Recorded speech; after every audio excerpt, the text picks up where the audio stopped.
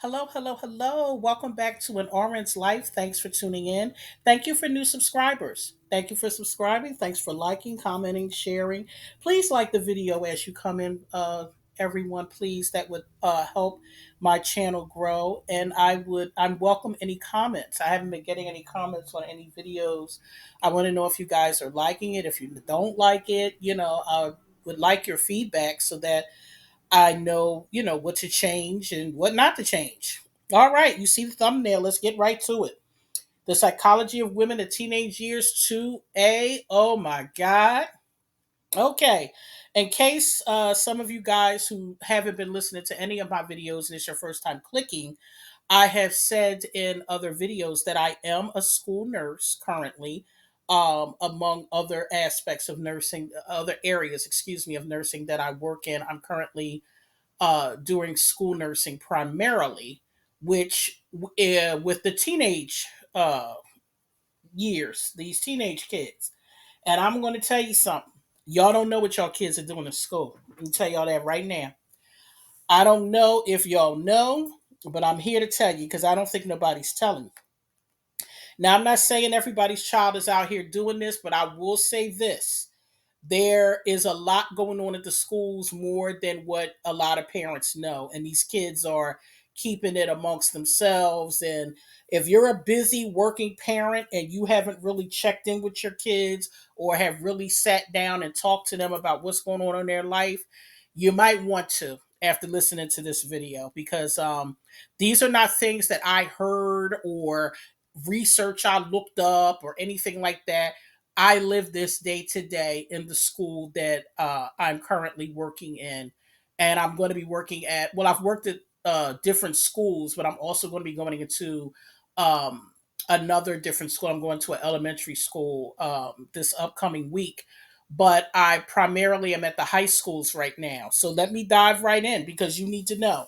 Now I'm gonna start with it's mostly because we're doing the psychology of women and I'm on the teenage years. It's going to be mostly about the teenage girls. When I refer to the boys, it's because the boys are just a part of the examples I'm using when it comes to the girls. All right, so let me get started because I know people been waiting. All right, every month I get pregnancy scares. Girls come in. I think this month my minimum is two, my maximum is five. So usually I get a couple girls every month who want to know if I have pregnancy tests. Then I have to sit and talk with them. A lot of them have don't even know how to spell contraceptives or anything like that. These young people have no clue about they need sex education, and I wish they would have kept it in the schools because if the parents are not teaching it, then they need to know it. Because I had a young man come into my office asking me, can he get chlamydia from a girl giving him oral because he found out she had it. So, these are the things that, oh, and he also thought he could get chlamydia from kissing a girl that had it. So, he doesn't, these kids don't know how diseases are transmitted. A lot of these kids are not using protection. I do have pregnant teens, in my school. I've had pregnant teens in my school every year, so we know that's not nothing new.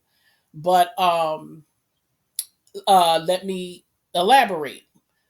Girls are having sex in bathrooms. Yes, parents, you don't want to believe it, it's true. Not only have the kids told me themselves on which kids were doing it, there are also videos.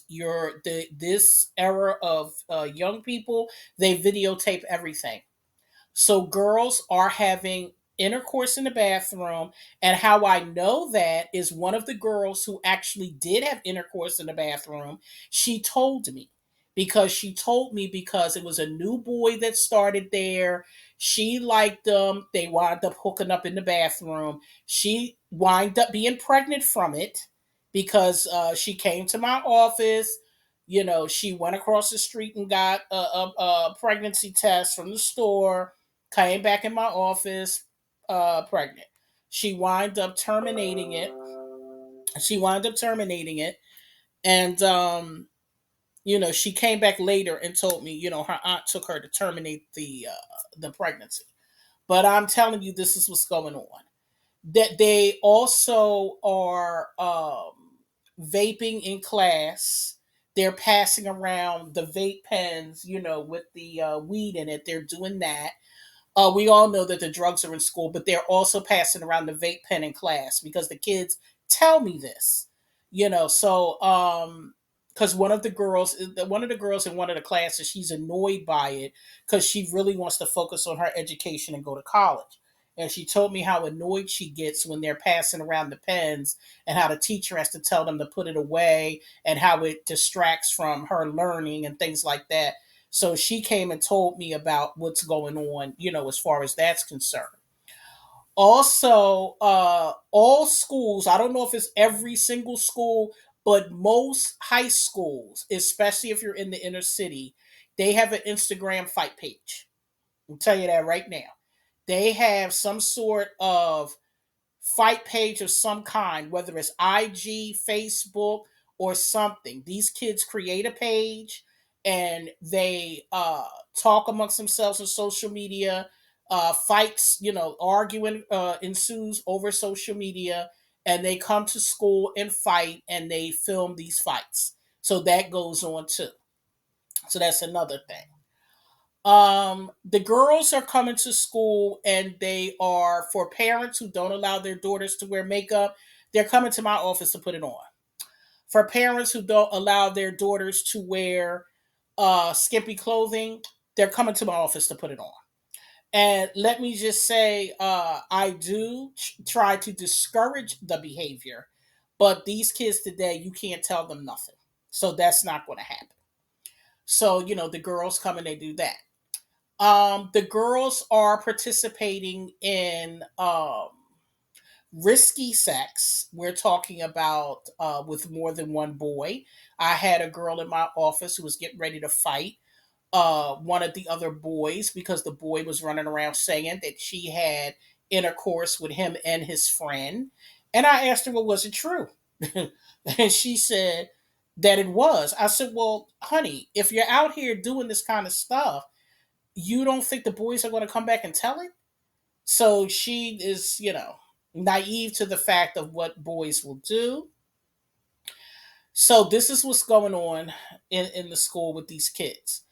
I had a kid in my office last year that was selling drugs to the kids. He was the plug. They did get rid of him because one of the kids got sick off of something he bought in, and he had to wind up saying where he got it from because he had to go to the hospital. So it was a bad batch, apparently. So that's going on, and let me see. Yeah, they're skipping school, skipping class. You got kids that come in and walk right out the door, and let me say what else these young people got going on. Because I get this in my life. I recently there was another kid. I don't know him. I know him by face, but he was recently charged with unaliving someone and a robbery, and he's 17 years old. So this is what, and I talked to the other boys in the school that knew him, and they said he always talked about what it would feel like to take somebody's life. He always wondered what that felt like. And FYI, for the kids that are coming in my office with all these issues, they don't have active fathers. One kid has a father as he doesn't have a mother. I don't know where the mother is, but one of the boys, he doesn't have a mother, but he has a father. But most of these kids that come in my office, I ask about the parents. I call the parents. These are the things that I do. And again, sometimes when I answer the phone to some of these, when the kids, not when I answer the phone, when the parents answer the phone, excuse me, for some of these kids, I see why the kids act the way that they do. I have it's a young man at my school that is in the ninth grade that looks like he's 12 years old, that is a father. And the mother and his mother think it's cute and funny. And I don't think it's nothing cute or funny about it because this boy is in the ninth grade and he looks and acts like he's 12. And he has uh, a 1 year old. So I'm trying to figure out. I just can't. Anyway, um, this is what we're dealing with the teenage kids in the inner cities. This is what's going on. It's basically drugs, sex, fighting. This is basically what's going on with the kids. It's not a whole lot of learning. I'm sorry, it's true. It's not a whole lot of learning in these schools. The kids don't want to stay in class. They make 1,000 excuses to come out of the classroom. The girls always want to come to my office for something dumb, and these kids, they don't want to learn. I'm sorry, but it's true. They don't want to learn. I try to talk to these kids and explain to them that they have to figure out something because life is changing in a dramatic way. And a lot of these jobs that you could get as a young person, these jobs are disappearing because AI is coming out. So it's like these kids are not going to have, these Walmart and McDonald jobs. These things are going to be, animated in the future, automated, excuse me, in the future. So I try to tell these kids what's going on, but they just don't seem to care. A lot, these kids today, it's unfortunate, but they don't care. They really don't. When I talk to them, they don't see a future for themselves. Um, I'm working at an inner city school with mostly brown children. We do get Caucasian children sometimes in the school, but not often. Um, and these kids, they really don't care. They come every day mostly to eat. A lot of these kids be wanting a meal. um a lot of times they come in my office just to talk to me, to have somebody to talk to, because there are quite a few kids that come to me every day they come to my office to speak to me, to talk to me, to get advice about problems. And it's very sad. It's very sad what I hear from these kids on a regular basis. So these kids today are very lost. And as parents, I don't know what you guys are doing out there, because my kids are grown, and I was a helicopter mom, so I don't understand this, but these kids are lost. These kids are starving for attention. These kids have no drive or desire for anything.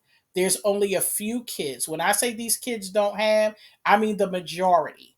Now, there are some kids at the school that are focused on college, that want to go to trade school. It's some kids that know what they want to do, but most of these kids have no idea what they want to do, and they don't even care. That's the sad part. And it's very alarming. It's very alarming. So if you're a parent out there of a teenager, I urge you to please take some time out and sit and talk to your teenager, because these kids are, I've had a couple kids in my office that were wanted to unalive themselves, that I had to intervene, talk to them, keep them safe, and then get them over to a hospital to be evaluated. I've had that a couple times. So, I have a couple kids that are struggling, transgenders also. These kids are struggling with that because the other kids tease them. So it's like, especially when you're dealing with the minority community, because being a transgender teen in a minority community is very rough. And I think it's rough, period, in any community. But it's very difficult in these inner cities with these minority kids. But I'm making this video because I think it's very important that parents take time out to their teenagers, because when your teenagers come to school, they're looking for love and attention in all the wrong places. And a lot of these kids are feeling hopeless and helpless. And it's just really, really sad. A lot of these kids need mental intervention. They need a therapist. A lot of these kids need some real parental attention. These parents are not listening to their children. They're not paying attention to what's going on with them. Sometimes these kids come to school when they want and they leave when they want. And when you call, it's a lot of these parents, and I understand that parents are working. I understand that. I was a working mom too, but you have to find a way. I understand that. I had to find a way. Listen, I wasn't always a nurse. I was a CNA when my kids were little, and I had to find a way. It's like you have to. I worked a lot. I worked double 16-hour shifts. Listen, I know I was a single parent, but you have to find a way to connect with your children, because if you don't, then this is the result. You have one kid that's unaliving somebody. He want to know what it feels like. You got these girls coming in always, not always, but these girls taking pregnancy tests and they're pregnant, and we got STDs, and it's just too much. They're having sex in the bathrooms, the drugs. It's a lot. It's a lot.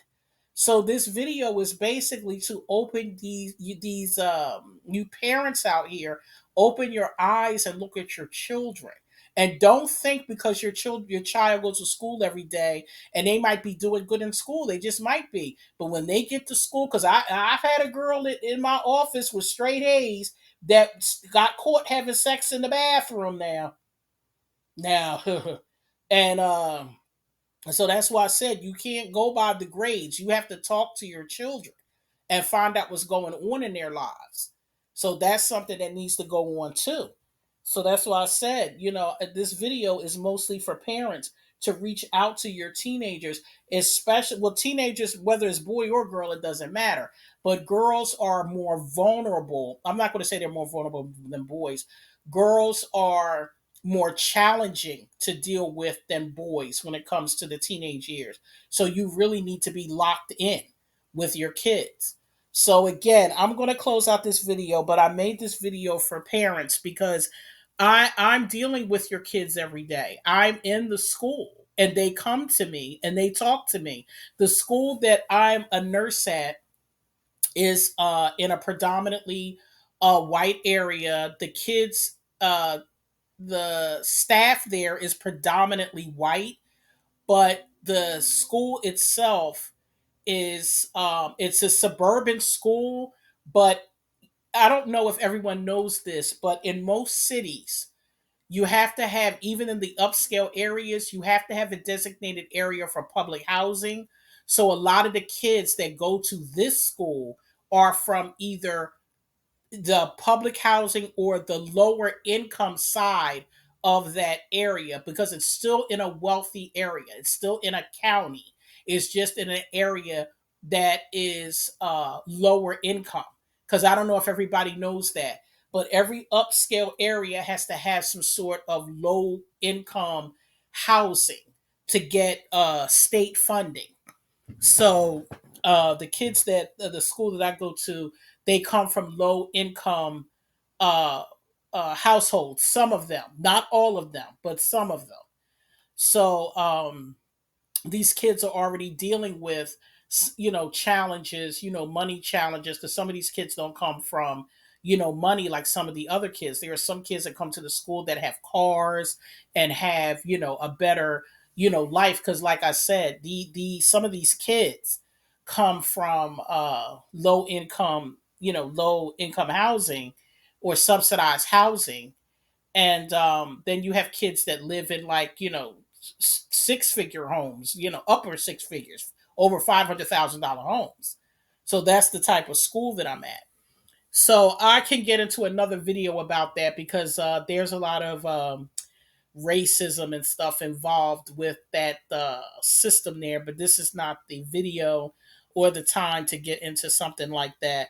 But and I don't even think my platform would address that. I'm probably should be discussing that on somebody else's platform about education in the inner cities, based on where you live at, how your education is going to be, if you're living in the suburbs versus the inner cities, how education is vastly different based on income.